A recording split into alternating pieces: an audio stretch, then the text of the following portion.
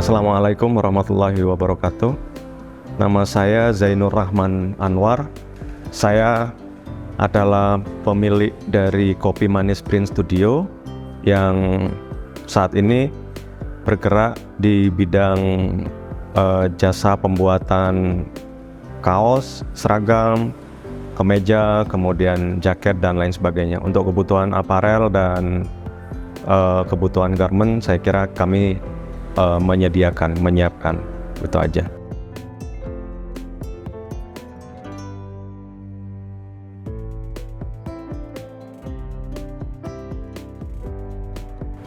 Awal mulanya bisnis ini saya bangun pertamanya bukan untuk saya sendiri, tapi kemarin kita ciptakan Kopi Manis Print Studio ini untuk teman-teman saya yang memang pada saat itu membutuhkan kerjaan. Jadi pada saat itu ada beberapa teman yang nanya, "Bang, ada kerjaan nggak? Terus kemudian ada lowongan nggak?" gitu loh. Pada saat itu saya memang lagi kerja.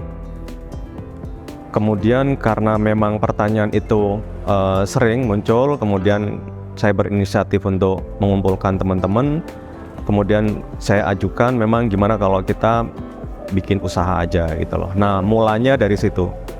Bermula dari itu terus kemudian saya punya ide untuk gimana kalau kita bikin kaos di komunitas, kita jual di komunitas, terus kemudian profitnya, marginnya kalian ambil. Jadi artinya bergerak aja dulu, nanti berikutnya kalau untuk pengembangan dan lain sebagainya kita pikirkan belakangan. Mulai dari situ terus kemudian kita mulai beli kaos polos, kaos jadi, terus kemudian kita beliin alat-alatnya. Memang modalnya pada saat itu masih belum cukup besar memang, karena kita cuman beliin kaos, kita hampir semua warna kita beliin, meskipun itu jumlahnya nanti cuman di 12 gitu, satu lusin, tapi kita siapkan itu.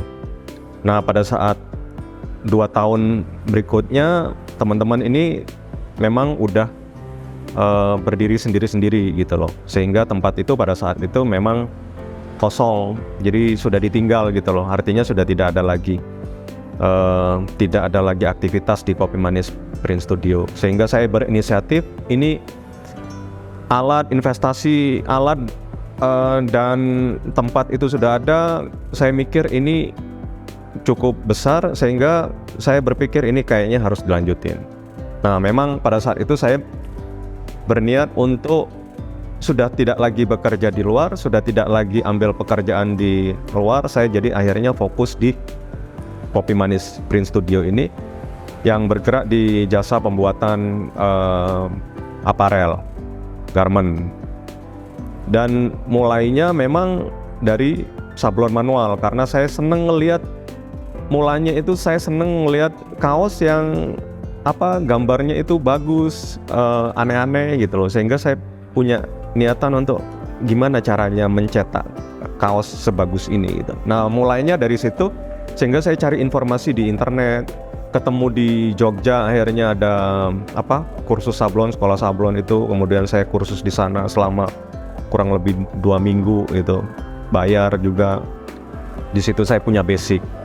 Kemudian ya berjalan sampai dengan hari ini, alhamdulillah sudah kurang lebih 7-8 tahunan, jalan 8 tahunan ini, dan alhamdulillah kita sekarang sudah mulai alat-alat kami juga sudah mulai lengkap, terus kemudian fasilitas kami juga sudah cukup baik, sehingga insya Allah bisa memenuhi kebutuhan dari customer itu dengan kualitas juga yang cukup baik gitu loh, sesuai dengan ekspektasinya customer.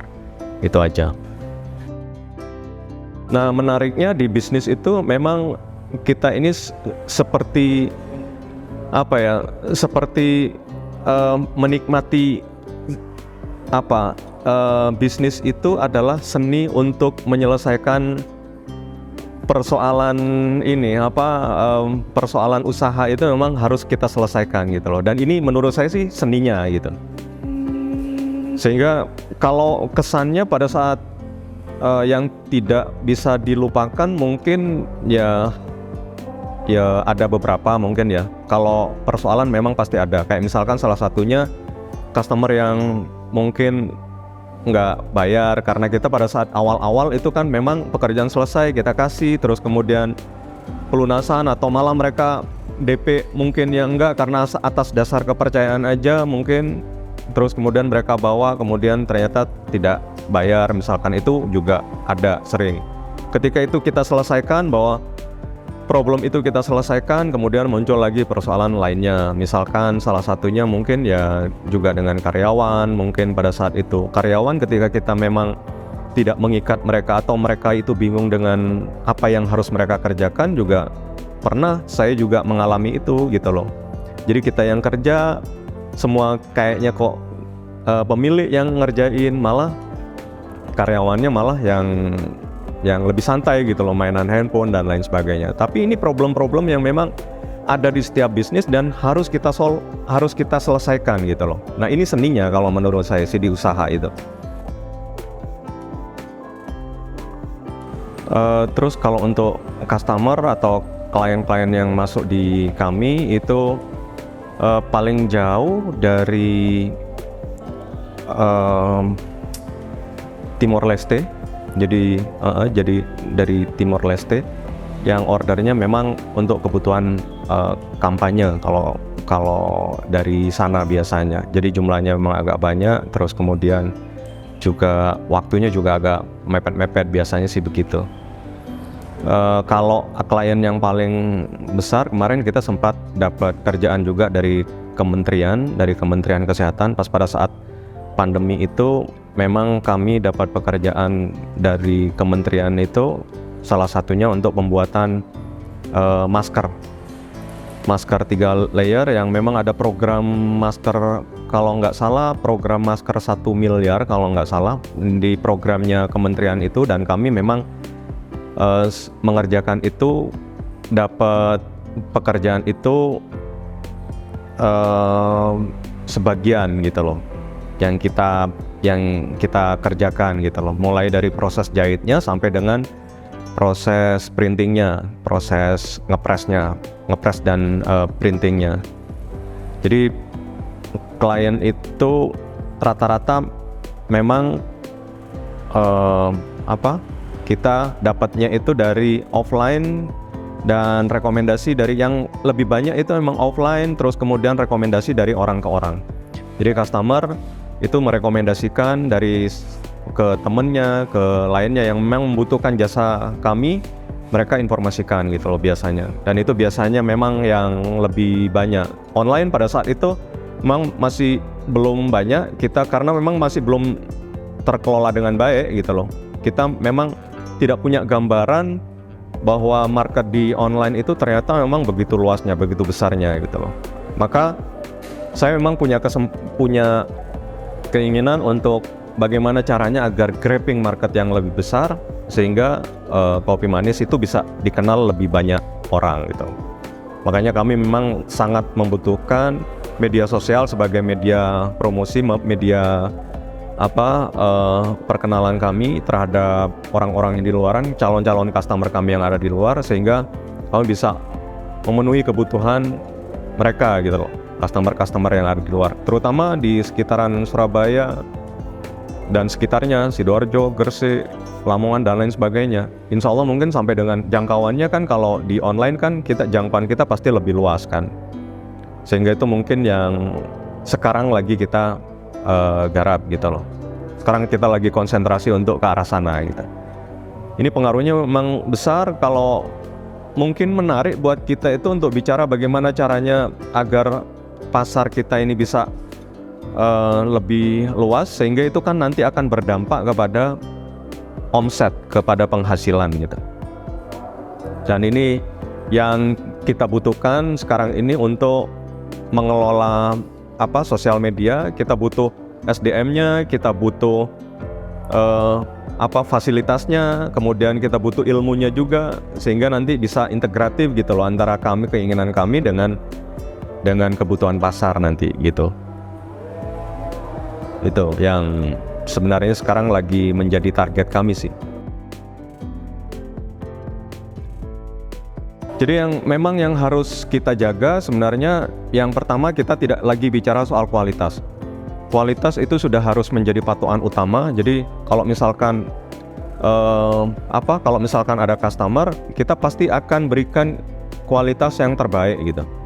Awal-awal memang kita tidak bisa itu karena kan kita masih belum punya jaringan gitu loh. Jadi artinya karena memang awal-awal kita masih tidak punya SDM yang cukup memadai, terus kemudian kita cari, berarti kan pada saat itu kita carinya itu ya pokoknya dapat gitu loh.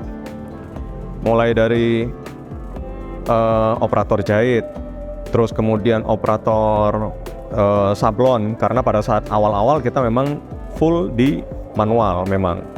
Jadi dari pengalaman itu ketika memang ada yang cacat, terus kemudian kualitas jahitan mungkin yang kita tidak cocok, karena kalau kita kasihkan ke customer itu kan pasti customer pengennya yang terbaik gitu loh, mulai dari jahitannya rapi, kemudian hasil sablonnya itu juga harus bagus, rapi gitu. Nah itu yang membuat akhirnya kita memang mematok bahwa kualitas sudah tidak lagi bisa kita tawar. Artinya prioritas utama kita harus berikan kualitas yang baik. Karena ini bisnis jasa, maka yang harus kita berikan adalah produk yang baik, yang sesuai dengan ekspektasinya customer, ekspektasinya konsumen gitu.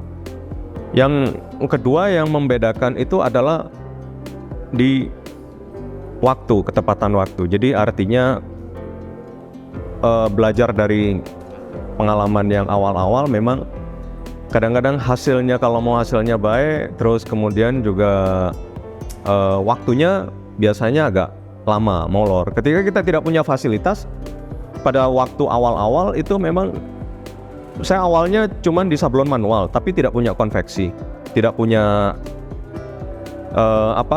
produksi jahitan sendiri gitu loh di dalam gitu. Sehingga ketika kita sudah bisa nyablon, alat-alat sablon kita punya, kita proses sablonnya.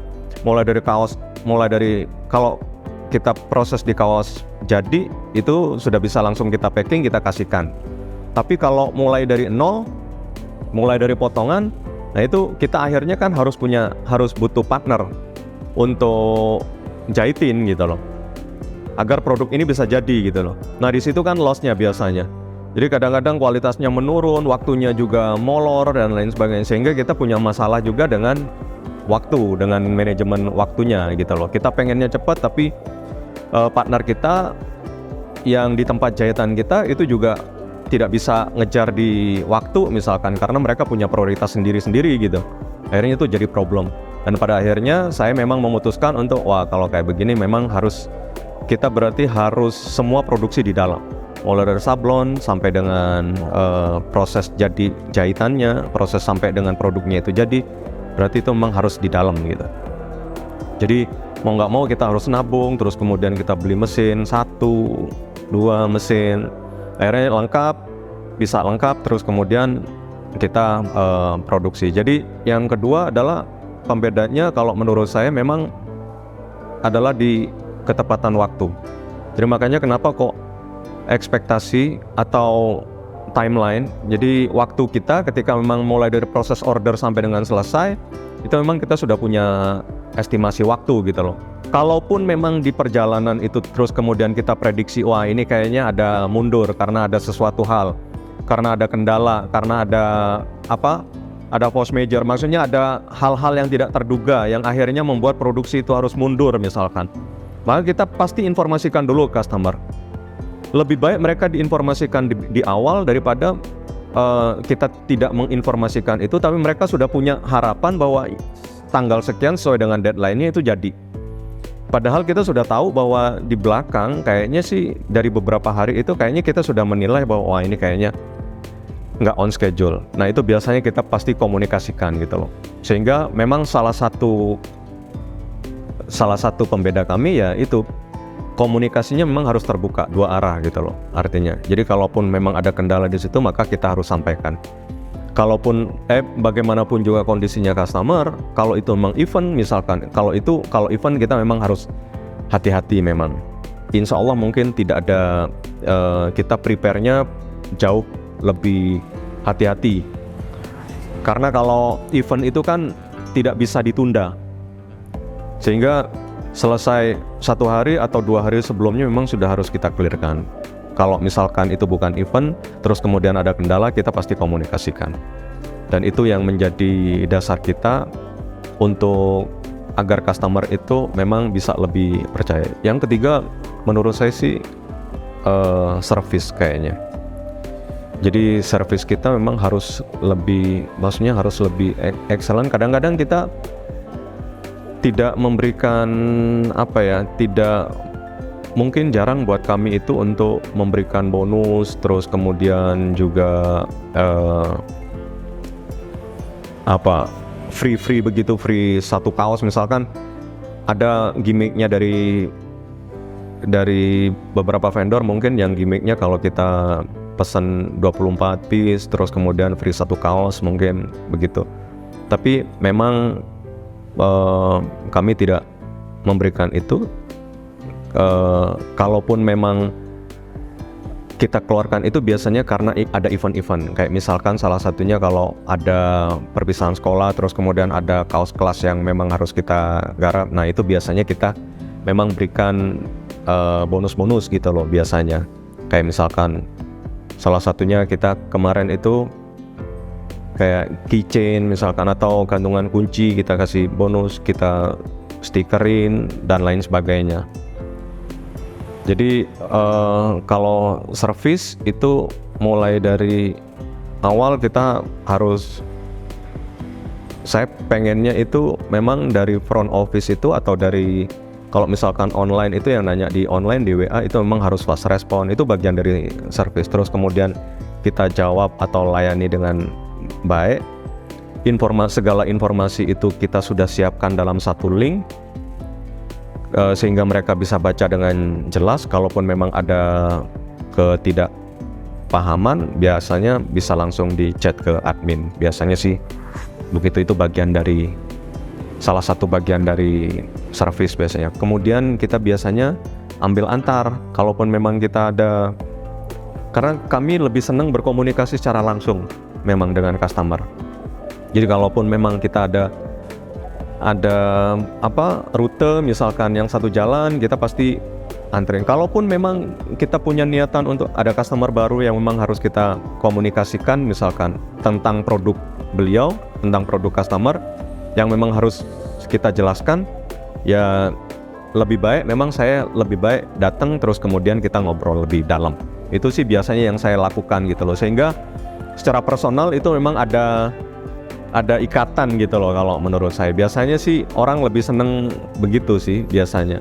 Yang ketiga, kalau misalkan ada komplain, kami memang siap untuk mengganti. Jadi ketika ada kesalahan itu dari kami, kemudian ada reject misalkan, ada kesalahan data, terus kemudian ada kualitas yang kurang baik di jahitan dan lain sebagainya, dan itu menjadi kesalahan kami misalkan, maka kami berikan garansi, memang garansi untuk mengganti. Jadi customer tidak merasa was-was, tidak merasa. Jadi kita tanpa babi bu, kita cuma bilang bahwa kembalikan ke kami, nanti kami ganti dengan yang baru. Dari semua proses kesalahan yang memang timbul dari kami pasti akan garansi 100% itu kita ganti. Itu aja yang menjadi service kami sih sebenarnya, layanan kami sebenarnya sih begitu.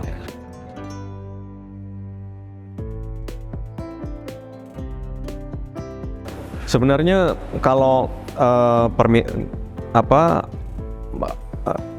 teman-teman yang dari MHC ini memang sebenarnya dari awal itu adalah permintaan saya. Jadi saya pengennya itu memang ada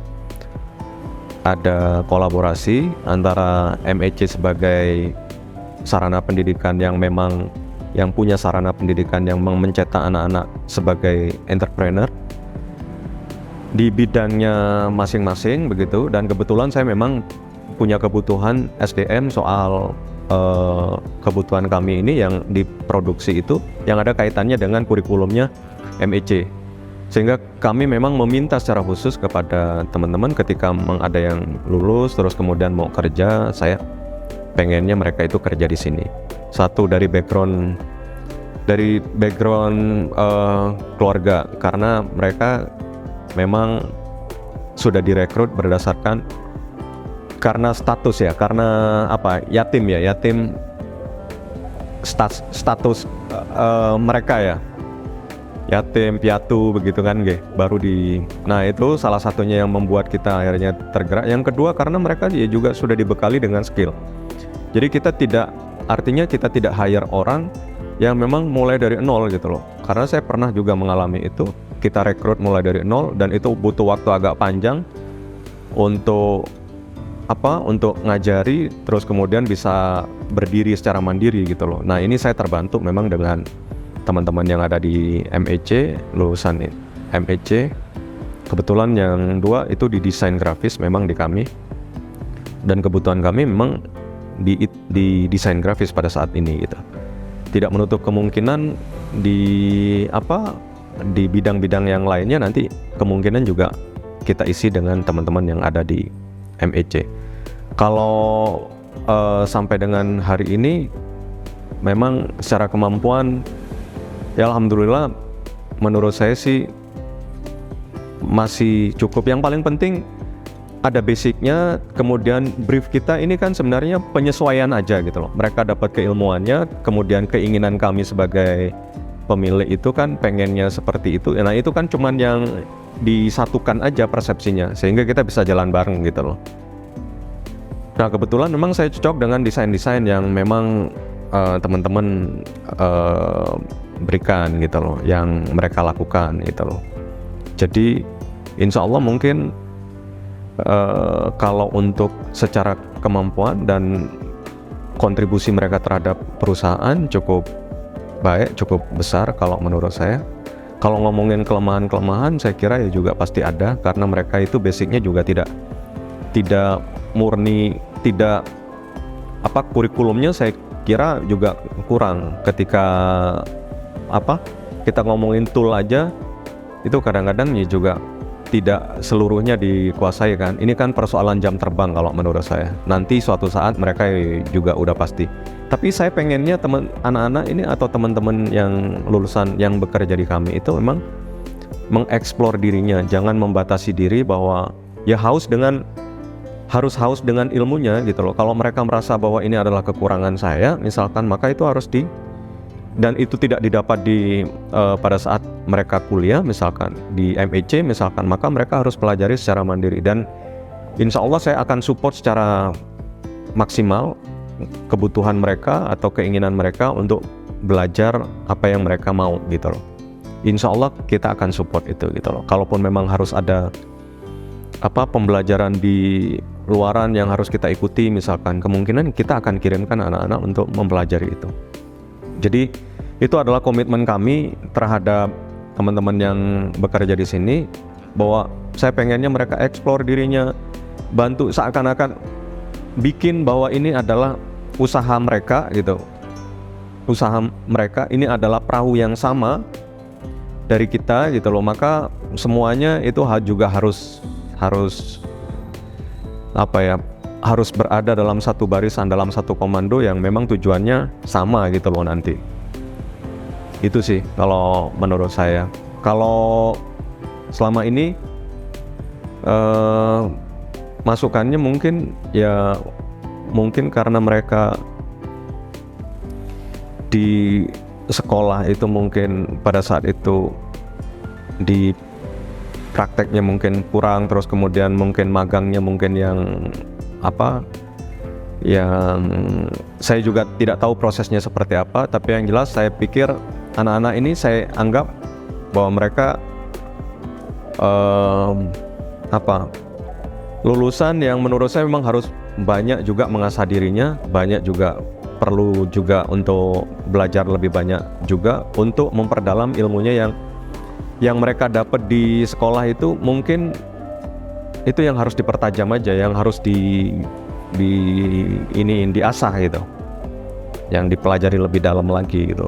Karena kalau aku lihat, kalau ngomongin soal desain grafis itu berarti sense of art-nya, maksudnya keinginan idenya untuk membuat sesuatu menjadi sebuah desain yang menarik itu kan perlu perlu preferensi, perlu belajar juga untuk membuat sebuah desain yang baik gitu loh, komposisi dan lain sebagainya itu udah pasti harus dipelajari secara otodidak buat mereka.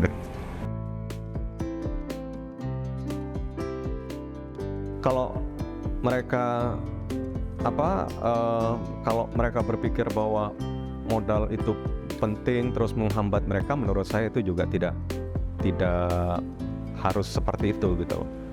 Yakin bahwa anak-anak muda ini yang ingin saya tularkan sebenarnya kepada anak-anak muda yang memang punya keinginan untuk maju, untuk bikin usaha.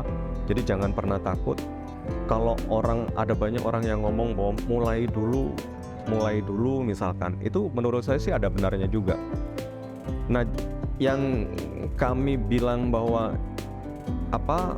memulai dulu itu artinya ambil tanggung jawab, ambil keinginan. Jadi teori atau planning yang sudah disusun itu segera direalisasikan. Kalaupun memang planningnya itu terlalu besar, terlalu jauh misalkan, maka itu diperpendek aja gitu loh. Jadi ada target-target yang memang harus mereka lalui gitu loh kalau menurut saya. Jangan pernah takut dengan kegagalan, karena tidak ada jaminan dalam hidup itu. Ketika kita punya privilege misalkan, atau memang basic kita atau dari background kita memang udah background yang punya kekuatan, misalkan punya kekuatan finansial, punya kekuatan akses dan lain sebagainya, tidak ada jaminan buat orang itu untuk juga menjadi sukses gitu. Maka memang harus dilalui, proses itu memang harus dilalui secara berat ringan, memang harus kita lalui gitu. Jadi buat teman-teman yang memang punya planning untuk bikin usaha, maka itu sudah mulai disusun, kemudian direalisasikan step by step sampai dengan mereka memiliki semuanya untuk agar usahanya itu bisa running well gitu loh, bisa jalan dengan baik, bisa berkompetisi dengan para kompetitor di bisnis yang sama gitu loh. Kalau buat teman-teman yang memang ingin di bisnis yang sama dengan kami yang ada di Kopi Manis Print Studio, maka menurut saya yang perlu disiapkan adalah, yang pertama itu adalah kesiapan mentalnya, bahwa usaha ini soal mindset. Memang mentalnya memang harus kuat, karena ini nanti akan berkomunikasi dengan banyak orang, dengan customer, dan itu pasti kita akan mengalami komunikasi dengan customer yang berbagai macam modelnya, bentuknya. Ada yang baik, ada yang bagus, ada yang kurang baik, ada yang pengennya maunya itu banyak tapi kemampuannya itu juga dikit gitu loh, dan lain sebagainya. Kita pasti akan itu. Jadi artinya mental itu harus dibangun dengan benar dulu. Mindset itu penting kalau menurut saya. Mereka harus jadi pengusaha yang besar, ya gitu loh. Yang kedua kalau menurut saya, memang ya persiapkan awalnya itu persiapkan alatnya dari diri, terus kemudian kita ngomongin soal dengan alat gitu loh. Alatnya dipersiapkan, bisa mampu untuk, kalau dulu zaman saya karena memang manual, bisa mampu untuk beli satu screen, kita beli satu screen, dua screen, beli rakel 1, 2 misalkan, terima pekerjaan yang memang sesuai dengan alat-alatnya. Tapi ketika itu sudah ada margin, sudah ada profit, maka itu kembalikan dulu ke alat. Sampai dengan kita punya alat yang proper, berarti kita sudah siap untuk memberikan kualitas yang terbaik kepada customer. Jadi kalau mau bisnis ini baik, maka mau meniru atau mau ikut bisnis seperti yang saya jalankan, maka mental yang paling penting, maksudnya mindset itu penting. Yang kedua nanti di alat, yang ketiga skill. Memang skill itu artinya berarti kita sudah harus bicara soal investasi leher ke atas gitu. Bisnis itu memang harus terus-menerus dipelajari gitu. Jadi ngomongin soal teknik itu juga kita harus pelajari juga gitu. Dan itu ada teorinya juga, harus kita praktekkan gitu. Kalaupun memang teori terus gitu tanpa praktek, menurut saya sih ya itu juga nggak bisa, karena kaitannya di bisnis ini itu memang